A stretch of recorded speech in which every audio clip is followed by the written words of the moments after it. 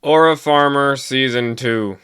Wow, wow, wow. What an amazing show this is. I just finished it. I can't believe how good this show continues to be. Every single episode keeps you wanting more and more and more. I don't think there was a single episode that I ever was bored during this second season. In fact, the entire show is like this. It's just so damn good. I'll talk about mainly season 2 here, but I do kind of want to point out season 1 how good that was and the way that it ended. It ended on such a good note. I thought it was going to be so hard to top, but damn, this show is so amazing. The second to last episode of this season is, oh my god, it's like peak in terms of like action and just wow. I was literally on the edge of my seat for that one. You can also see that's where the budget went for this season. But amazing, amazing stuff. I watched most of it in the dub because I started it a little bit late, but I finished it, in the sub or whatever. But I think I prefer the dub personally, just because I like the voice actors that are in it. I don't know. I just like their voices, but it's still really good in both versions. I would highly recommend it. It's not that bad either way. I'm really curious, and my hair it's a disaster this morning. I had to make this video though. I didn't want to wait any longer. I want it to be fresh. But this show is so good. I don't even know how they're gonna be able to live up to it in the next season. It's that good. I mean, you can tell that there's definitely an opening there, for future stuff. But they still end it very good. And that was the same with the other one too. Like it ended in a good spot.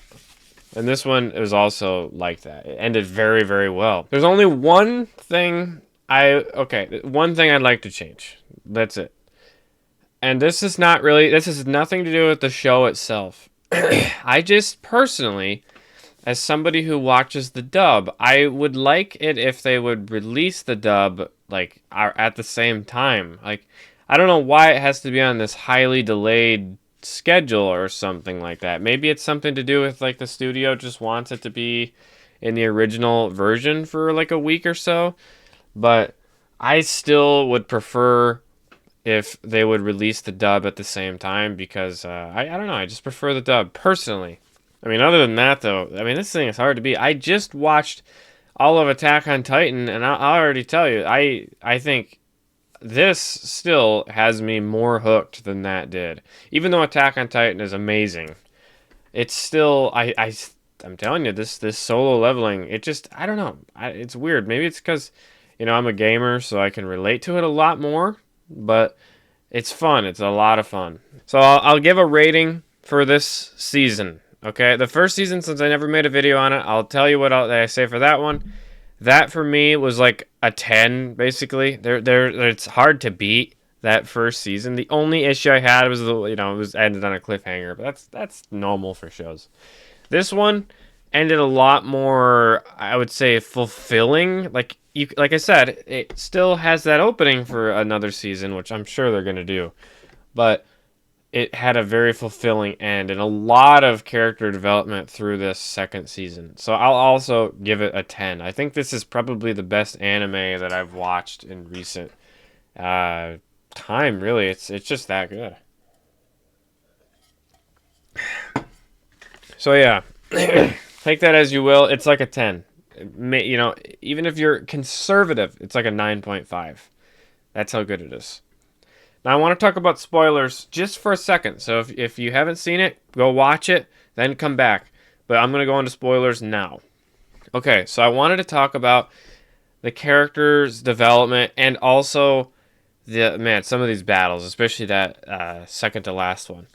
I'll say that the way that he kind of progresses and he has all these issues and stuff, and then he faces them in the way he does, it's just so well done.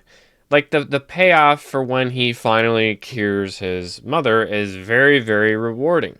I think they did a very good job in that. And I thought for sure they were going to drag it on, and like the thing wasn't going to work. The elixir of life wasn't going to bring her back, and it was just going to be this thing. I was for sure that was going to happen, but they didn't. They actually rewarded what he had been doing, and it felt like the payoff it should have been.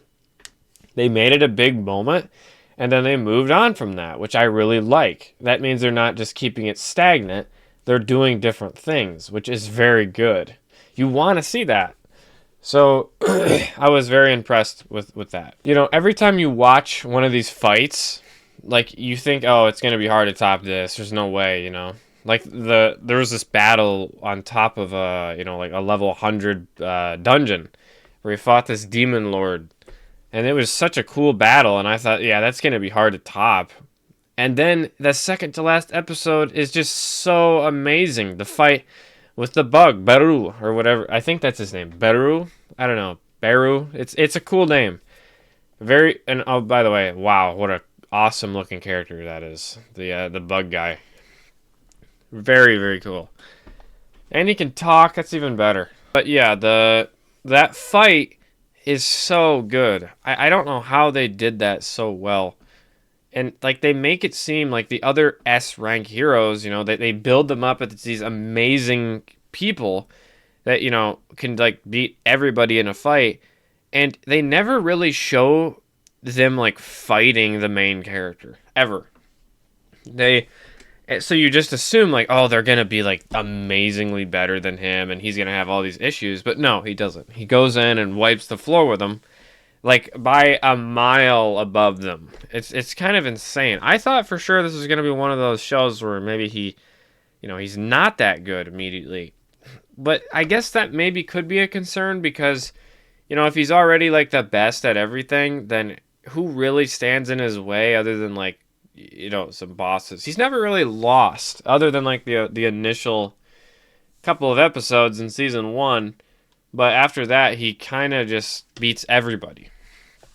But I think, so I'm wondering, that might be the only problem with this show in the future, is if they don't give him like an actual challenge where he fails and, maybe he loses something or whatever, then I think it might start to slow down a bit in its pace. I like there's a couple characters at the end that they tease maybe being like some villains or something, and they do build them up through like this like a lion bear looking dude. He looks like a beast.